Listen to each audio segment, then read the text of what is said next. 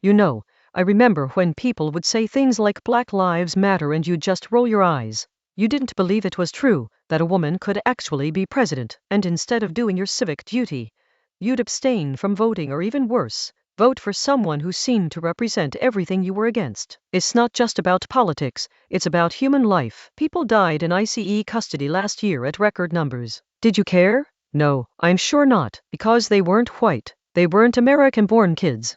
They weren't the kind of people you'd want to see suffering for your own convenience. And then there was this veteran who'd lived in the US for 50 years. He got a removal order and had to self-deport just because he was caught up in the system that was supposed to protect him. That's not justice.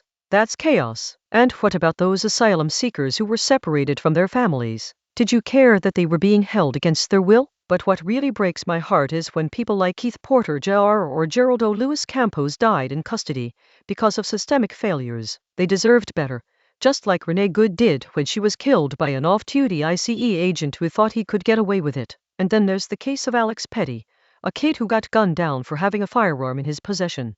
Did you think that was fair? That someone would die over something as simple as owning a gun? Listen, if you can't be bothered to care about these stories, then maybe you shouldn't be here. But the truth is, this isn't going away anytime soon unless we make some drastic changes.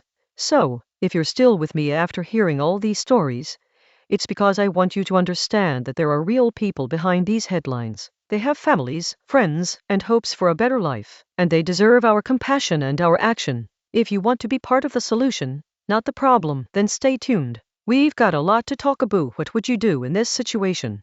Follow for more stories.